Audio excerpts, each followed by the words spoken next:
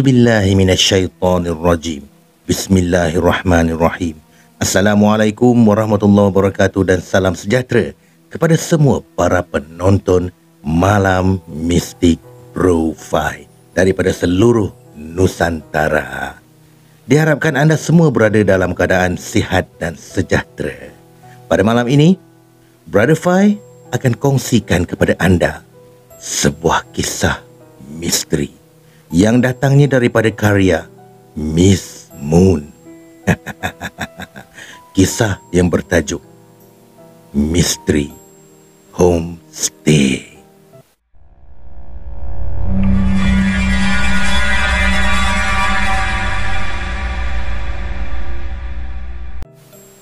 Di tengah petang yang sayup-sayup, angin sepoi-sepoi bahasa. Bunyi kereta Alza mula parking di halaman rumah. Kepala Mak Imah melangut dari tingkap dapur untuk menjengah. Siapa yang datang tu? Oh, si Amir rupanya. Anak Mak Imah. Yang dibawanya sekali anak dan isterinya datang ke rumah Mak Imah. Kebiasaannya memang rutin si Amir ni datang menjenguk kedua orang tuanya. Maklumlah risau dia kerana kedua orang tuanya tak berapa sihat. Mak Imah ada penyakit darah tinggi, manakala ayahnya pula Pakcik Ramli ada penyakit jantung. Risaulah anaknya, takut apa-apa jadi kepada dua orang tuanya. Mak! Oh Mak! Laung si Amir dari pintu depan memanggil maknya. Ya! Mak ada dekat dapur ni . Laung balas Mak Imah pada anaknya. Jadi si Amir ni pun menanggalkan kasutnya dan menyuruh isterinya Nana serta anak-anaknya duduk di ruang tamu bangku lama milik maknya. Jadi Amir pun ke dapur mencari maknya. Matanya melilau mencari ayahnya pula.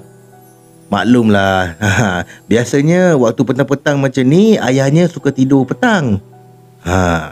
Nasib baik pada hari tu ayahnya tak tidur petang lagi lah. Senanglah dia boleh ajak bincang dengan ayah dia ni. Mak, Amir nak ajak mak pergi bercuti ni.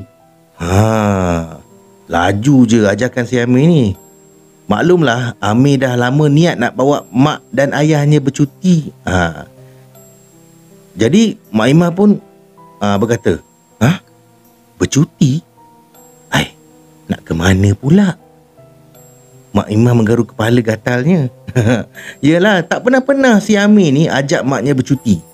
Hari ni tiba-tiba pula muncul dah nak ajak bercuti. Jadi si Amir pun tersengih lah. Alah, jomlah mak.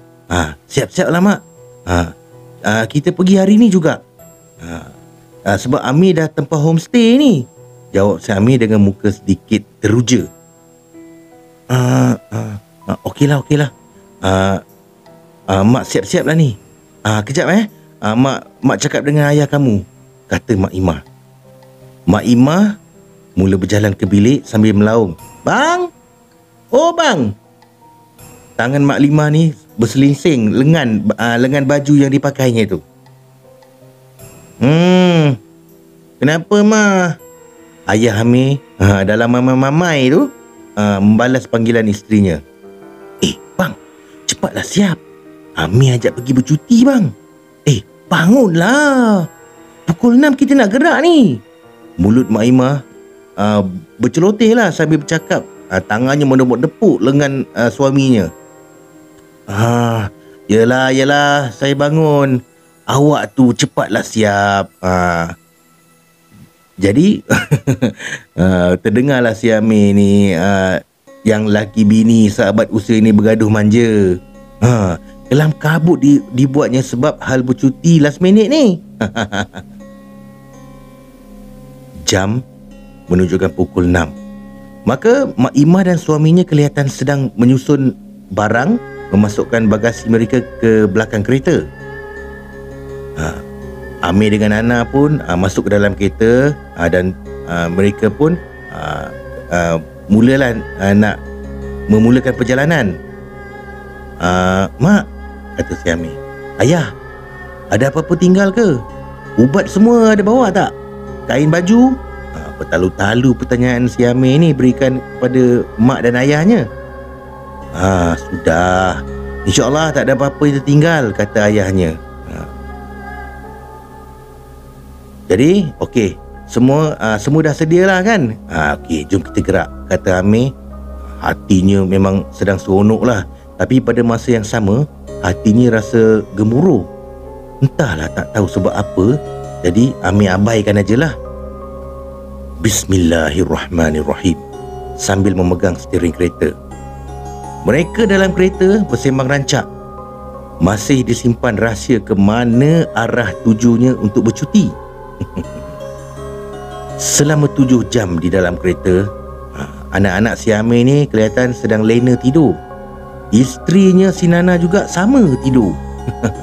Akhirnya mereka sampai di Johor. Setelah 7 jam di dalam kereta, Mak Imah mengomel lah. Aduh, sakit pinggang aku ni lah. Manakala suaminya pula kelihatan membetulkan tempat duduknya. Kereta Amir memecut laju untuk sampai ke destinasi. 30 minit kemudian, mereka sampai ke destinasinya.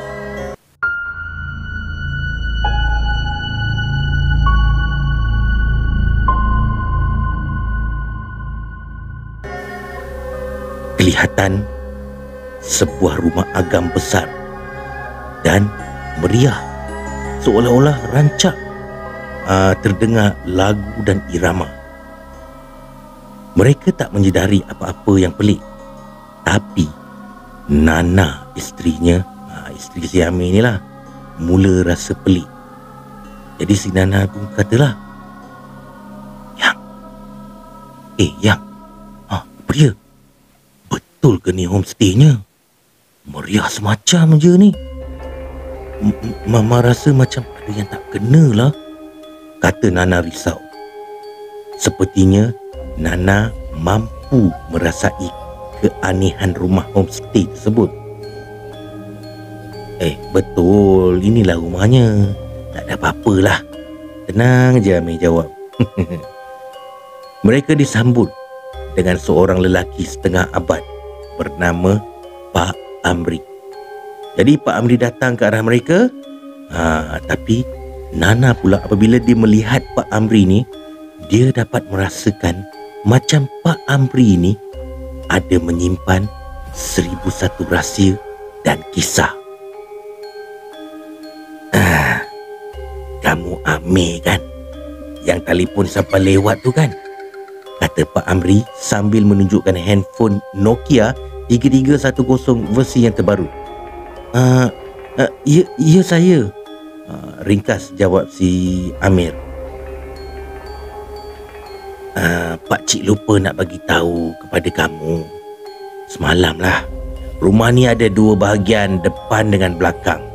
Di depan koranglah penyewa tu, tapi di bahagian belakang ada pelajar dari universiti swasta yang menyewa. Panjang lebar lah Pak Amri memberitahu kepada si Amir ni dengan Nana. Kelihatan Amir dan Nana mengangguk tanda faham. Malam ni malam kebudayaan, jadi agak bising sikit. Bagi ikut pakcik ambil kunci di punduk belakang, ajak Pak Amri. Amir dan Nana berjalan bersama-sama ke arah belakang. Mak Imah dan suaminya kelihatan dalam kereta dan sambil menemani cucu-cucunya tu. Nana dan Amir membuntuti Pak Amri, tapi Nana merasakan ada benda yang tak kena dengan tempat ni.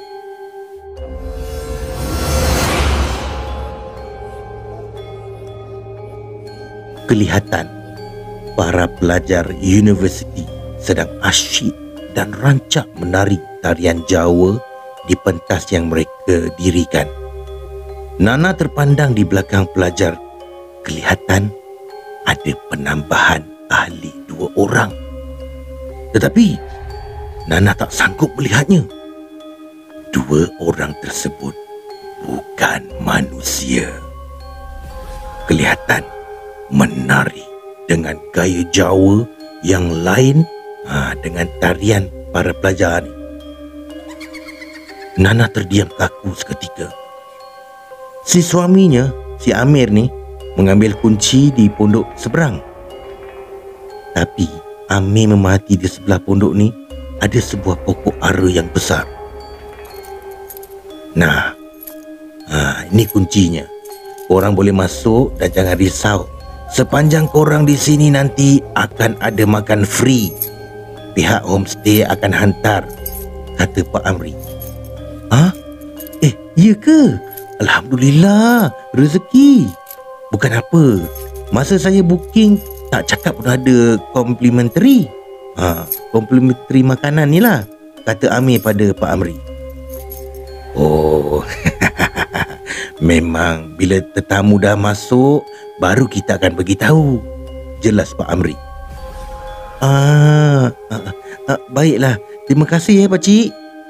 Amir mengambil kunci yang dihulur Pak Amri kepadanya dengan muka senang hati. Lalu Amir berjalan ke arah Nana yang membatu setempat di sebelah pentas. Amir menarik tangan Nana. "Hei, Ma. Kenapa, Ma?" Amir melihat isteri kesayangannya kelihatan macam pucat. Tak ada apa-apalah. Lemah jawapan yang diberi kepada Amir. Tangan Nana digenggam kemas oleh Amir. Hatinya terasa macam senang, bagai bulan jatuh ke riba. Rezeki datang bergolek. Tak perlu dia fikir nak makan di mana selama 2 hari menginap dekat homestay ni.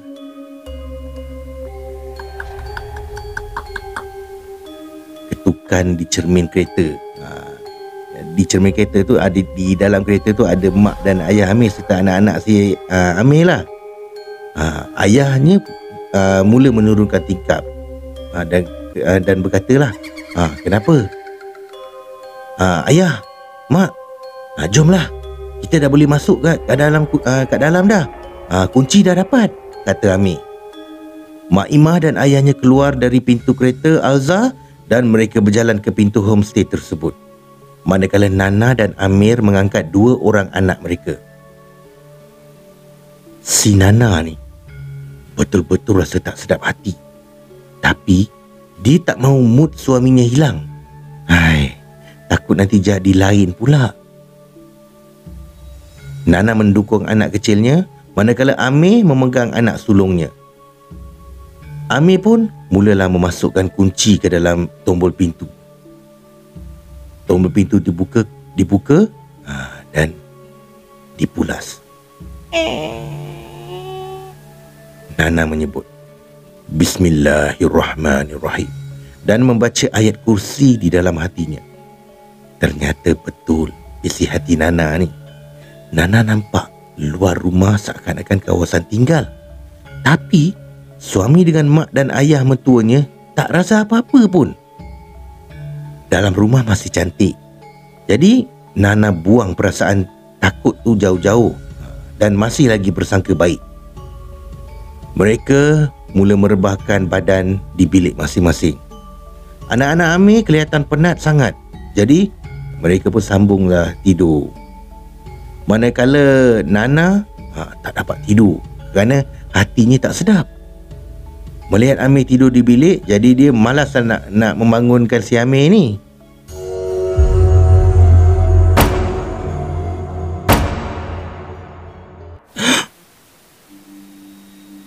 Nana terjaga dan berjalan ke arah ruang tamu dengan perlahan. Nana cuba kuatkan hatinya mengumpul segala kekuatan untuk menutup ketakutannya.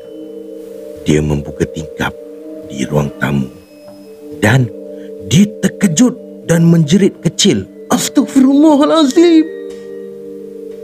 Kenapa Nana terkejut? Kerana Nana melihat keliling luaran tingkap penuh dengan tengkorak manusia. Nana menutup kembali tingkap tersebut dan berlari ke bilik tidur. Tapi dalam fikiran dia memang ada masalah homestay ni.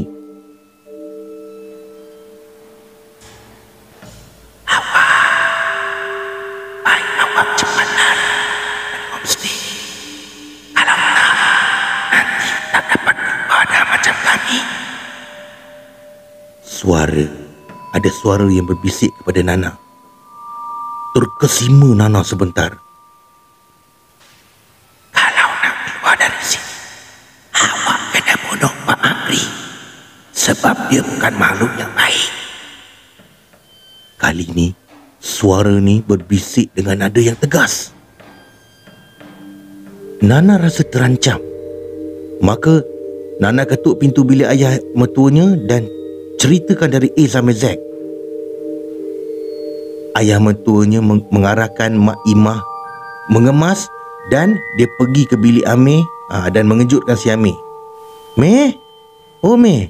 Meh, bangun. Jom kita pergi dari sini, tegas ayahnya. Amir bangun dengan keadaan yang mamai dan seperti orang bingung. Ditanya soalan kepada ayahnya. Kenapa ya? Tapi ayahnya cuma cakap, kemas barang-barang korang tu, nanti ayah akan ceritakan.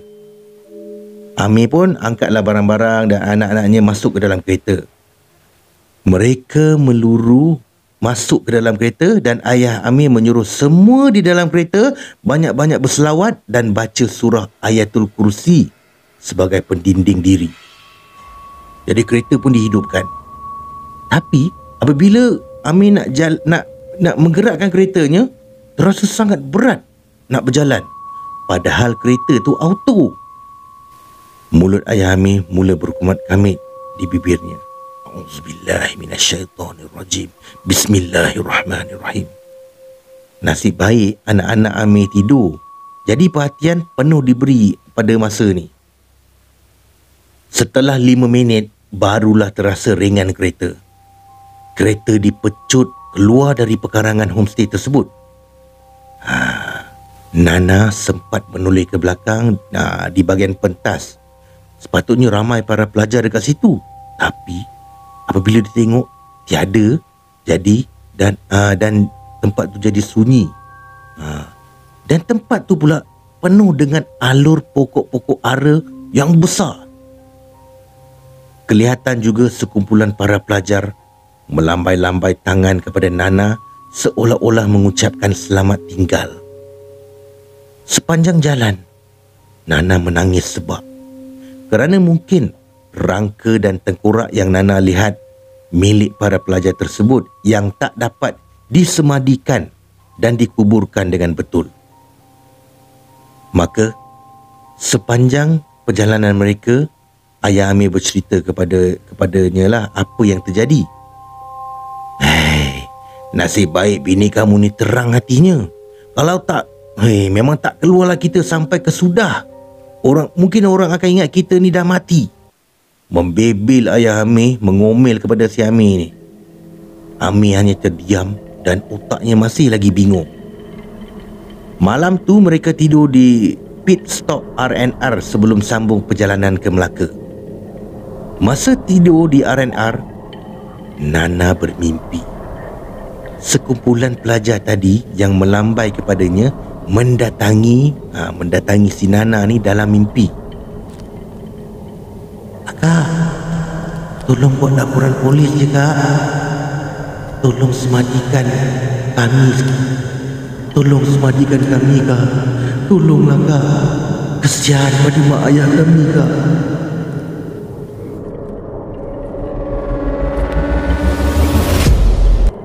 Suara tu semakin menghilang dan Nana bangun dari lena. Nana meminta pandangan dari ayah mertuanya dan mereka terus ke balai polis yang berhampiran untuk membuat report polis. Mereka mengiringi polis ke tempat homestay tersebut dan ternyata apa yang Nana mimpikan semuanya betul. Apa yang Nana nampak memang semuanya betul. Pakar forensik juga mengesahkan identiti mangsa serta pihak polis berjaya menahan Pak Amri kerana Pak Amri adalah seorang bomoh. Semua para pelajar tersebut dijadikan korban untuk jin yang mendiami pokok besar ara tersebut. Para pelajar tersebut disembelih dan darah mereka ditadah untuk tujuan pemujaan. Jenazah mereka tidak dikuburkan, tapi dibiarkan di tepi lereng bukit. Sadis dan kejamnya Pak Amri, bomoh durjana ini. Keesokannya, berita dan surat khabar tentang kisah semalam telah keluar. Nana merasa tenang dan Nana mengucapkan, Alhamdulillah, segalanya telah selesai. Ayah mertua berkata, anggaplah ini sebagai pengalaman. Tapi bagi Nana, ini hanya permulaan di mana hijabnya telah terbuka sepenuhnya.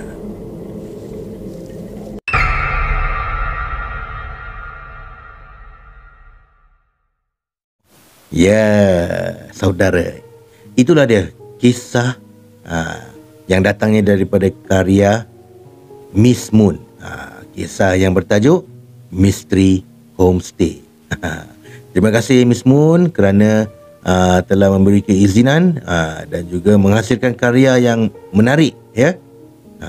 Terima kasih juga kepada anda yang sudi menonton kisah ini. Jangan lupa subscribe, tekan butang loceng, komen dan share kerana subscribe itu gratis. Kita jumpa lagi di episod yang lain. Peace, no war.